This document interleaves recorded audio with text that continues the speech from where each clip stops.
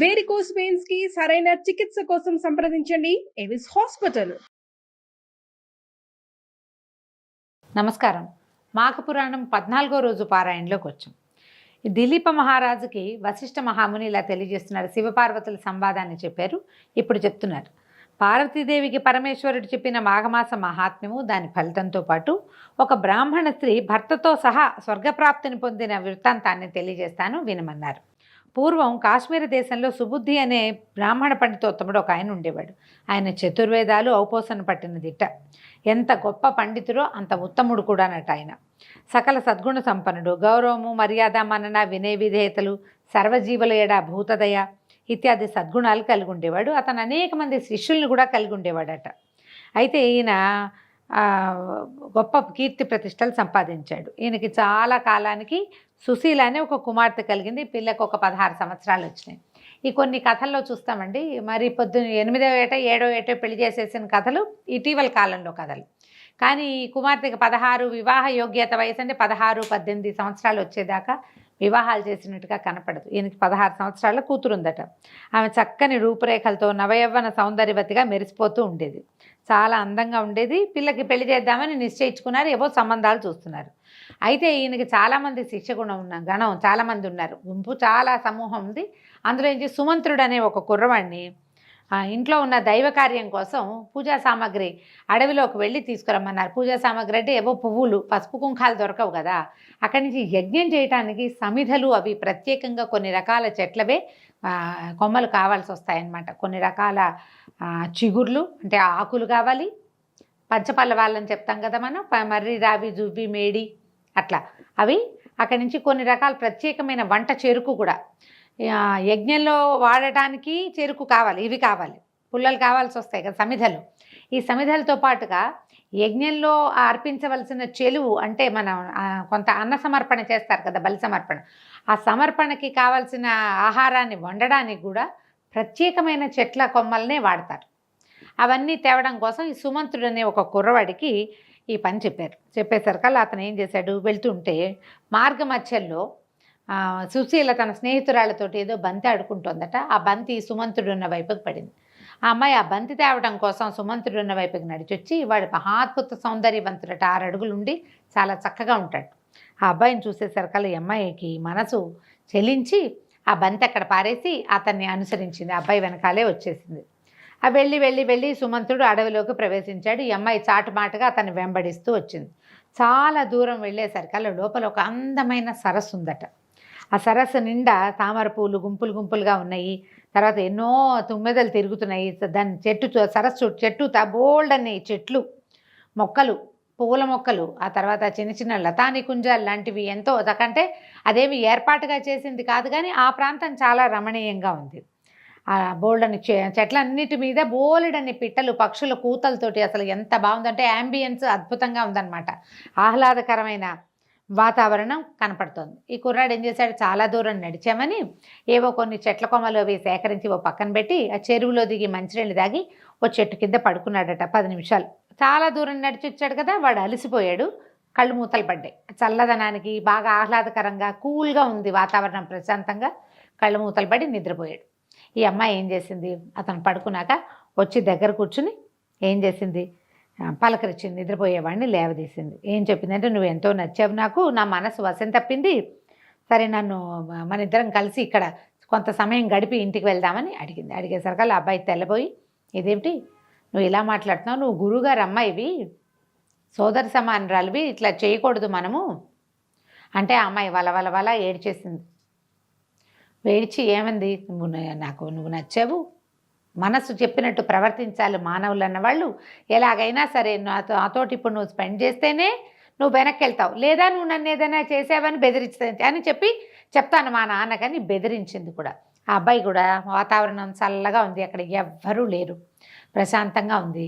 తన పిల్ల మీద పడి అడుగుతోందని మెల్లిగా ఆమెకి ఒళ్ళొంగిపోయాడు. చాలాసేపటి దాకా ఆ కుర్రవాడు, ఈ అమ్మాయి రాయో గురువుగారి కూతురు కొన్ని గంటల పాటు ఇక్కడ ఏకాంతంగా గడిపి తర్వాత చెరువులో కాళ్ళు కడుక్కుని మంచిని తాగి ఎవరి దారిని వాళ్ళు తెలియనట్టుగా ఎవరికి కావాల్సిన వాళ్ళ అమ్మాయి పువ్వులు కోసేసుకుంది.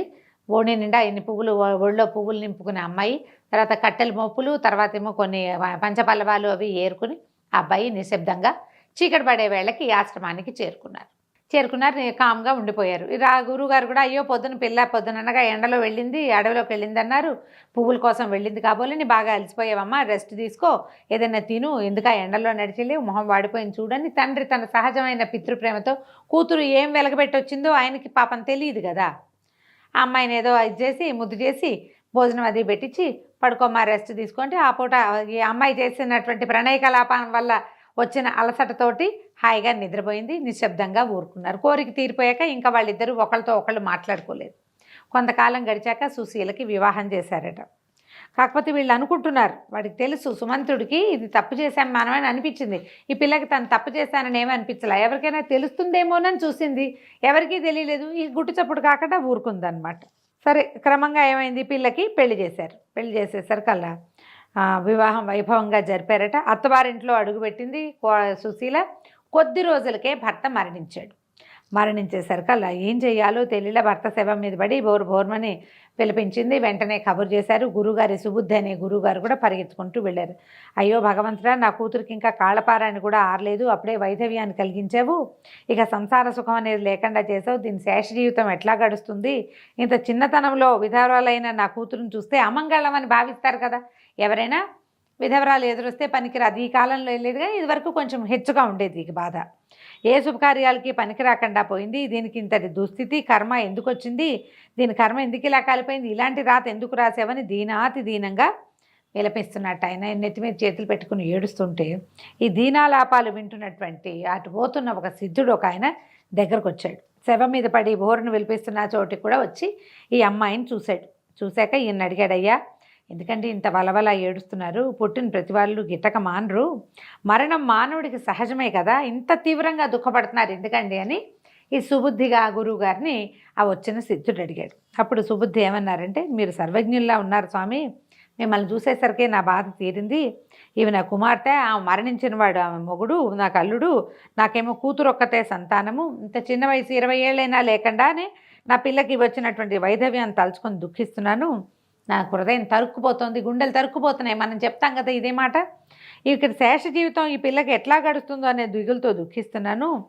ఈమెకి దుస్థితి ఎందుకు కలిగిందో, ఈమె పూర్వజన్మ వృత్తాంతం ఎట్లాంటిదో మీకు తెలిస్తే సెలవివ్వండి అని పరిపరి విధాలుగా ఆయన్ని అడిగాడట. అడిగితే ఈ సర్వజ్ఞాని అయిన సిద్ధుడు ఈ సుశీల మొహాన్ని చూసి కాసేపు ఆలోచించి దివ్య దృష్టితోటి జరిగిందంతా తెలుసుకున్నాడు. ఈయనకేం చెప్పాడంటే, ఓ బ్రాహ్మణ, నీ కుమార్తె పూర్వజన్మలో ఒక క్షత్రియ యువతి, ఆమె తన జన్మలో మిక్కిలి కామాంధురాలై భర్త ఉన్నను పరపురుషులతోటి తిరిగేది. ఆమె భర్తకి ఈ విషయం తెలిసి కఠినంగా వ్యవహరించి అదుపాజ్ఞలతో ఉంచాడు. అయితే ఈమెకి ఇతర స్నేహితులు ఉండటం వల్ల వారితో కలిసి కుట్ర పన్ని అర్ధరాత్రి తన భర్త నిద్రలో ఉండగా కత్తితో పొడిచి చంపింది. అతను విల్లవిల్ల తన్నుకొని మరణించాడు. కత్తితో పొడవటం వల్ల ఆ ప్రదేశం అంతా రక్తసిక్తం అయిపోయింది. పొడిచేసింది కానీ అంత నెత్తురు చూసేసరికల్లా ఆ భయానక దృశ్యాన్ని చూసి భయపడి తను కూడా అదే కత్తితో పొడుచుకొని మరణించింది. అంతటి ఘోరహంతకురాలైన ఈమె నీ ఇంటి కుమార్తెగా జన్మించింది.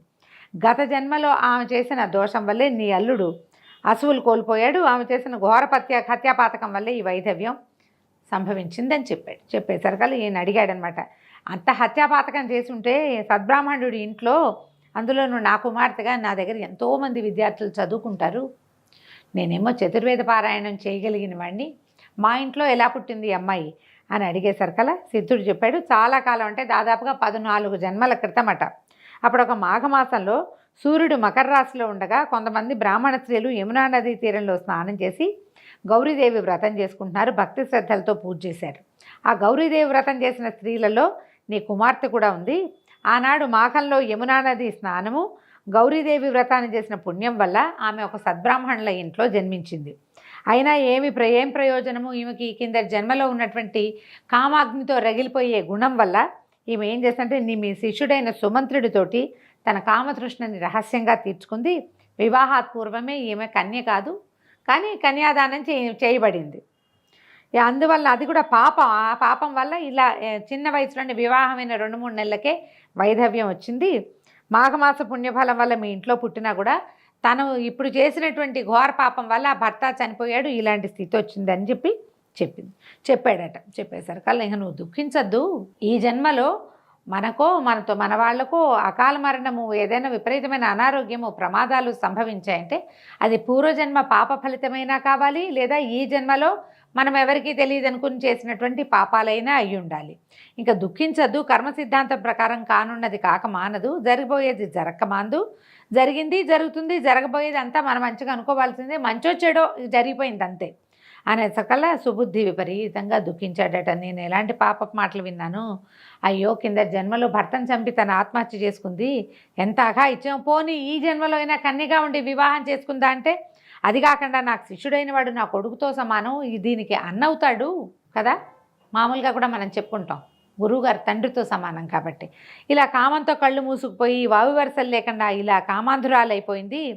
అయ్యో ఇంత ఘోరం, ఈమె నా కూతురు అవటమే నాకు సిగ్గుగా ఉంది అని చాలా బాధపడి, కానీ ఓ పక్కన చెప్పాడనమాట, తీవ్రమైన కోపంగా ఉంది కానీ అవ్యాజమైన అనురాగం కూడా ఉంది, నా కూతురు ఇలాంటి దుస్థితిలో ఉంది, ఇప్పుడు ఏం చేయబోతుందో రేపొద్దున, మళ్ళీ ఇంకెన్ని పాపాలు మూట కట్టుకుంటుందో, కాబట్టి నా పిల్లని ఇందులోంచి బయటపడేయండి, నా యందు దయించి నా కుమార్తె చేసినటువంటి కిందటి జన్మలో చేసిన ఘోర పాపము, ఈ జన్మలో చేసినటువంటి ఘోర అపరాధము, ఈ రెండింటి నుంచి ఎలా విముక్తురాలవుతుందో తెలియజేయండి అని పరిపరి విధాలుగా బతిమలాడేటట. అప్పుడు ఈయన చెప్పాడు సిద్ధుడు, ఈ మాఘమాసంలో నీ కుమార్తె చేత నదీ స్నానం చేయించి గౌరీదేవి పూజ చేయించు, ధూపదీప నైవేద్యాదులతో పూజించి ముత్తైదులను పిలిచి వాయినాలు ఇప్పించు, మాఘమాసం 30 రోజులు నీ కూతురుతోటి ఈ విధంగా చేయించు, భక్తి శ్రద్ధలతో విష్ణుదేవునికి పూజలు, భజనలు, సంకీర్తనలు, హరికథలు ఇత్యాదులను నిర్వర్తించు. అలా నీ కూతురుతో చేయించినట్లయితే ఈమె యొక్క పంచమహాపాతకాలు హరించుకుపోయి నీ అల్లుడు కూడా పునర్జీవితుడు కాగలడు.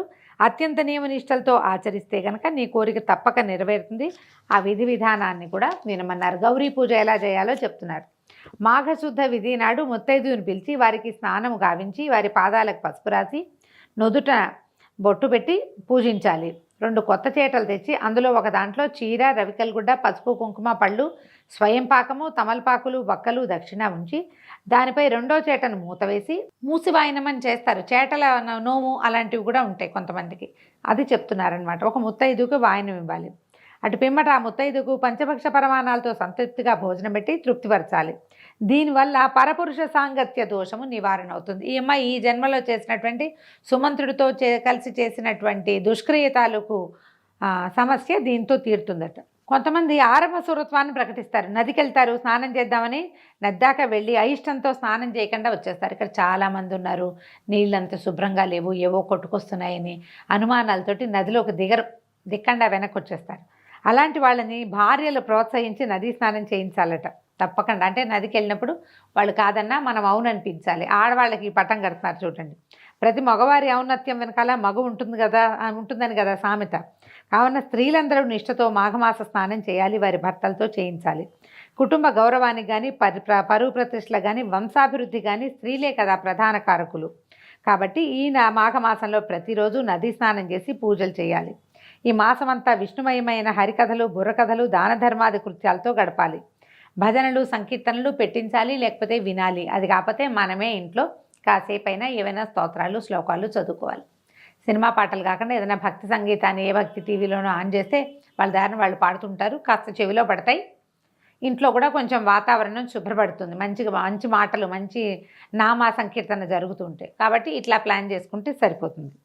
నిత్యము విష్ణువు యందే ధ్యాస కలిగి ఉండాలి. ఈ మాఘమాస వ్రతానికి మించిన వ్రతం ఇంకొకటి లేదు. ఈ వ్రతాన్ని ఆచరించి మునులు సిద్ధులవుతున్నారు.